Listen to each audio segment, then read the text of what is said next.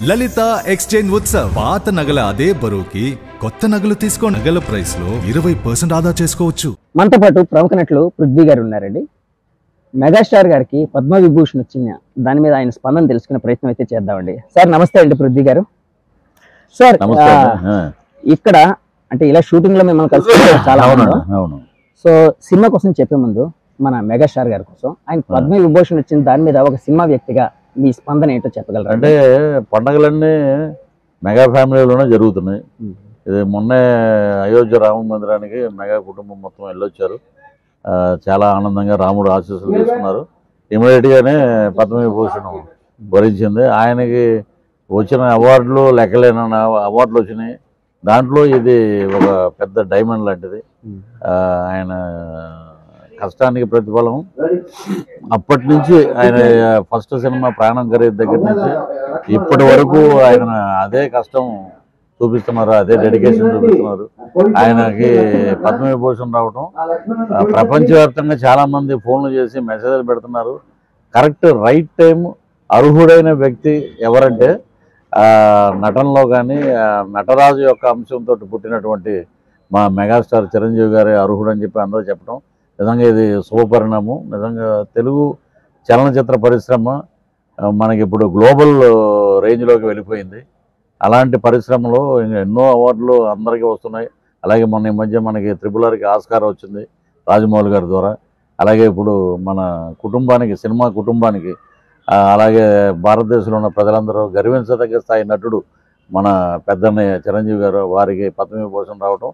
అందులో ఇంకొక పండగ ఏంటంటే మేము జనసేనలో జాయిన్ అయ్యి వచ్చిన రోజునే ఇక్కడికి వచ్చాం అమలాపురం షూటింగ్కి. నెక్స్ట్ డేనే ఆయనకి పద్మవిభూషణ్ రావటం నిజంగా మాకు కూడా చాలా ఆనందంగా ఉంది. సార్ కానీ నాకు తెలిసి మీరు 40 years నుంచి ఇండస్ట్రీలో ఉన్నారు. 30 years ఇండస్ట్రీ కాదు, 40 years ఇండస్ట్రీ. సో మీకు చిరంజీవి గారితో మీ పరిచయం కానీ ఇది కానీ మొట్టమొదటిసారి ఎప్పుడు కలవడం? ఆయన్ని నేను ఫస్ట్ కలిసింది శబరిమల అయ్యప్ప స్వామి దీక్షకి. నేను అప్పుడు కొత్తగా వచ్చానండి. స్వర్గీయ డాక్టర్ ఎం ప్రభాకర్ రెడ్డి గారు ఎప్పుడు 40 మందిని అయ్యప్పలను తీసుకెళ్తుంటారు. వారితో పాటు నేను కూడా బయలుదేరి వెళ్ళాను. అక్కడ అయ్యప్ప సన్నిధానంలో ఆయన కాటేజీలో ఉంటే అప్పుడు వెళ్ళి పలకరించాను వారిని. ఆ పరిచయం చాలామంది ఇప్పుడు ఏంటంటే ఇప్పుడు వచ్చిన ఫాస్ట్ యుగంలో వీళ్ళందరూ ఏంటంటే అంటే కొన్ని ఎలా ఉంటాయంటే మెగాస్టార్ని ఒక వెంకటేశ్వర స్వామిని అప్పుడప్పుడు దర్శించుకుంటాం మనం. ఆ సమయం వచ్చినప్పుడు దర్శించుకోవాలంతే, ఆయన పిలవాలి. ఆ పిలుపు కోసం ఎదురు చూస్తుంటాం. అలాంటి సినిమా దేవుడు మా చిరంజీవి గారు. సో వారి పరిచయం అప్పుడు ఎలా ఉందో అప్పటి నుంచి వారితోటి ట్రావెలింగ్ ఇప్పటి వరకు అదే చిరునవ్వు, అదే పలకరింపు. ఎలా ఉన్నారు, ఏంటి, ఏ సినిమాలు చేస్తున్నారు, మీరు ఆర్థికంగా నిలబడాలి, ఇక మంచి మిమ్మల్ని ఉపయోగించుకోవట్లేదు ఇండస్ట్రీ, ఇక మంచి స్థాయిలోకి రావాలి అని ఎప్పుడు సలహాలు సూచనలు అన్నీ చెప్తుంటారు. దట్ ఈజ్ మెగాస్టార్ అండి. ఆయన కాంబినేషన్ లో మీరు సినిమాలు చేశారా సార్? చేశాను. ఎన్ని సినిమాలు సార్ చేశారు? అంటే 150 సినిమాలో నేను వారితో పాటు చేయడం జరిగింది. ఒక మినిస్టర్ క్యారెక్టర్ చేసినట్టు.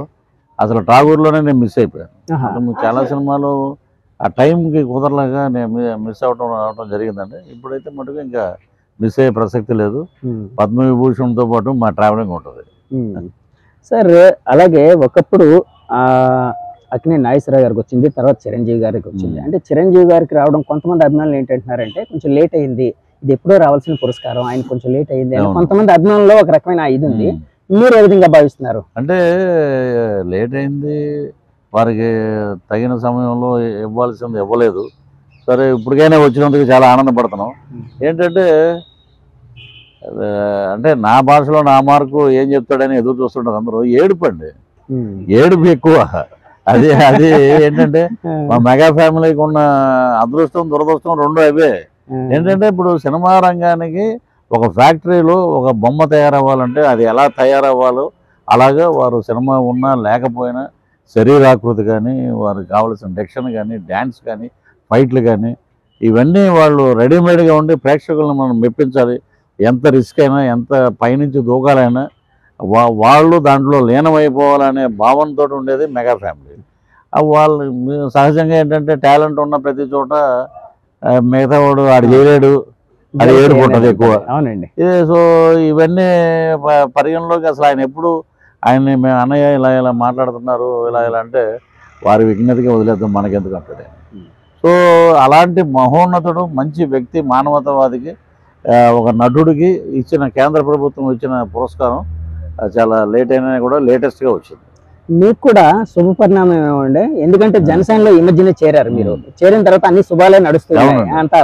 నాకు ఇంకోటి మీకు చెప్పాలి, ఇప్పుడు నాకు కరెక్ట్గా ఆయన కండవేసిన వెంటనే ఎన్నికల సంఘం గాజు గుర్తుని మేము గుర్తించామన్నారు అంతే.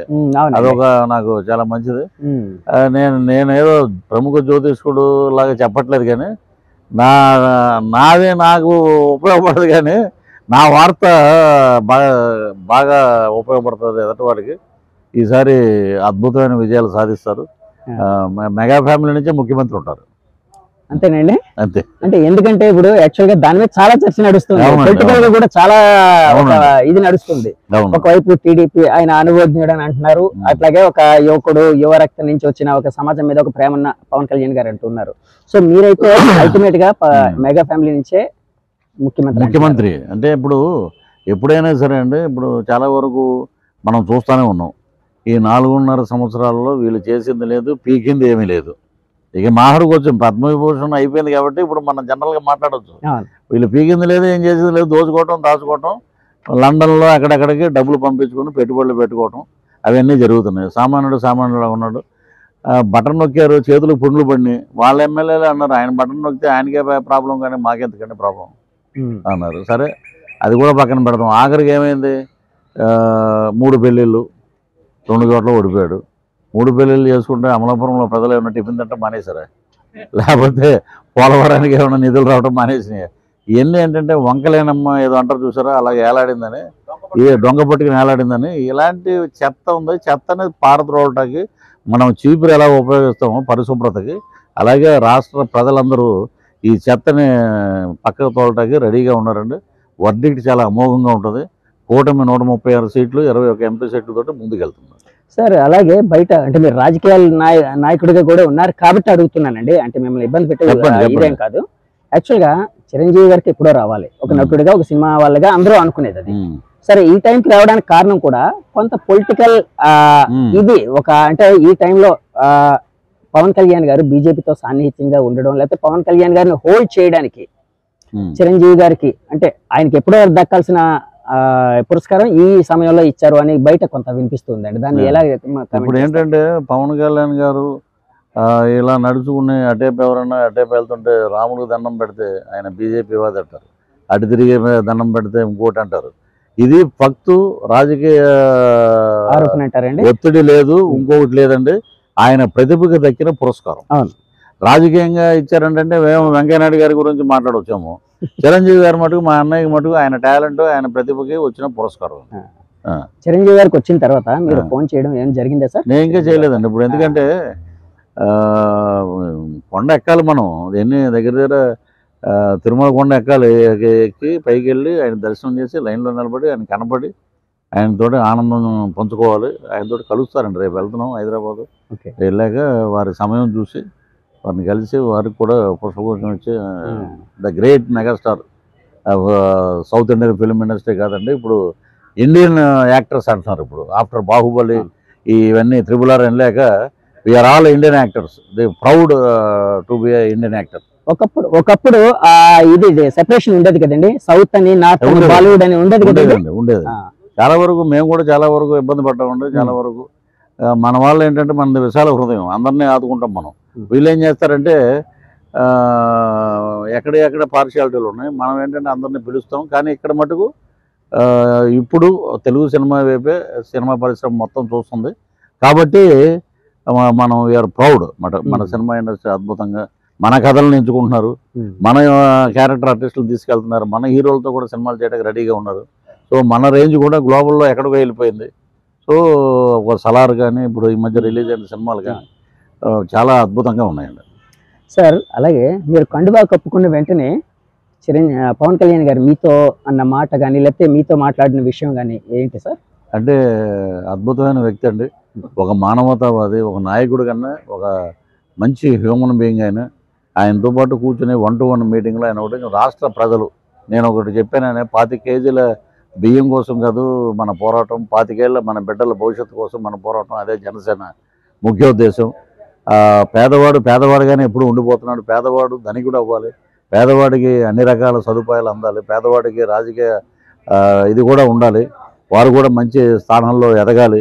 సో మనము కలిసి కూటమిగా ఏర్పడడం, మేనిఫెస్టో రాగానే మేనిఫెస్టోని జనాల్లోకి తీసుకువెళ్ళి ఓటు హక్కు యొక్క ఆవశ్యకతను వివరించి, సో బ్రహ్మాండమైన మిశ్రమ ప్రభుత్వం అంటే ఇప్పుడు కూటమి కలిసింది కాబట్టి అద్భుతమైన విజయం అండి. ప్రజలు ఎప్పుడో తీర్పు ఇచ్చేశారు. బయట వినిపిస్తుంది ఏంటంటే సార్, అంటే కొన్ని మీడియా సర్కిల్స్ లోని కూటమి అనేది విచ్ఛిన్నం అయిపోతుంది, అందుకే ఈ మధ్య వాళ్ళ మధ్య విభేదాలు వచ్చాయి. అలాగే ఈ రోజు జరిగిన ఒక సంఘటన, పవన్ కళ్యాణ్ గారు 2 నియోజకవర్గాలకి అభ్యర్థులను ప్రకటించారు. అంటే ఆయన ఏమన్నారంటే RRR అనేది, ఆర్ అనే సెంటిమెంట్ బాగుంది, RRR లాగే RRR, ఈరోజు రిపబ్లిక్ డే, రాజాలు రాజానగరం ఈ రెండింటికి నేను ప్రకటిస్తున్నాను అన్నారు. ఇలాంటి వాటిని అంటే ఇలాంటి పరిణామాలు చూసేటప్పుడు కూటమి మధ్య ఏమైనా విభేదాలు ఉన్నాయని ఏమైనా అనిపిస్తుందా, లేకపోతే బయట వాళ్ళు చెప్పేదంతా ఉత్తు ఫక్తు ఒక బయట వాళ్ళు ఏదో 100 మాట్లాడతారండి, ఏం పెద్దలేవు. చంద్రబాబు నాయుడు గారు హ్యాపీగా ఉన్నారు, పవన్ కళ్యాణ్ గారు హ్యాపీగా ఉన్నారు, కూటమిలో ఉన్న నాయకులు అటు ఇటు అందరూ హాయిగా ఉన్నారు. సో ఇవన్నీ ఏంటంటే వీళ్ళకి ఏదో ఒకటి దొరకాలి కదా, ఉప్పు అందాలి, ఏదో ఒకటి మాట్లాడాలి, అంతకుమించి ఇంకేం లేదండి. ఏదో ఒకటి వాళ్ళకి మెటీరియల్ లేదు, ఇప్పుడు ఓడిపోయి వెళ్ళకపోతున్నారు. వాళ్ళకి ఏదో మెటీరియల్ ఆఖరి నిమిషంలో టీవీ ముందు మాట్లాడేసి పోదామని ఉన్నారు తప్ప కూటమి అద్భుతంగా ఉంది. కూటమి విచ్ఛిన్నం చేయలేరు, ఎవరి వల్ల కాదు. అద్భుతమైన రిజల్ట్ వస్తుంది. మిశ్రమం ప్రభుత్వం 2024లో ప్రజలు మెచ్చిన రాజ్యం వస్తుంది. పదాలు తెలియని పెదవులకు అమృత వాక్యం అమ్మ. సంతానలేమి సమస్యతో బాధపడుతున్న ప్రతి స్త్రీమూర్తి బాధను మేము అర్థం చేసుకోగలం. 49 వరల్డ్ బెస్ట్ ఎంబ్రియాలజీ ల్యాబ్ మరియు జిల్ట్రిక్స్ అలారం సిస్టాన్ని మొట్టమొదటిసారిగా ఏపీ మరియు తెలంగాణలో ఈ నెల 9న ప్రముఖ సినీ నటి స్నేహ, స్పెయిన్ దేశానికి చెందిన international senior embryologist Javier Herrera గారు ప్రారంభించారు. ఈ శుభతరుణంలో రక్త పరీక్షలు, AMH test, RBS, semen analysis, ultrasound scan, follicle scan ఈ నెల 31 వరకు ఉచితంగా అందిస్తుంది. 49 49 అంటే సంతానం, 49 అంటే సంతోషం.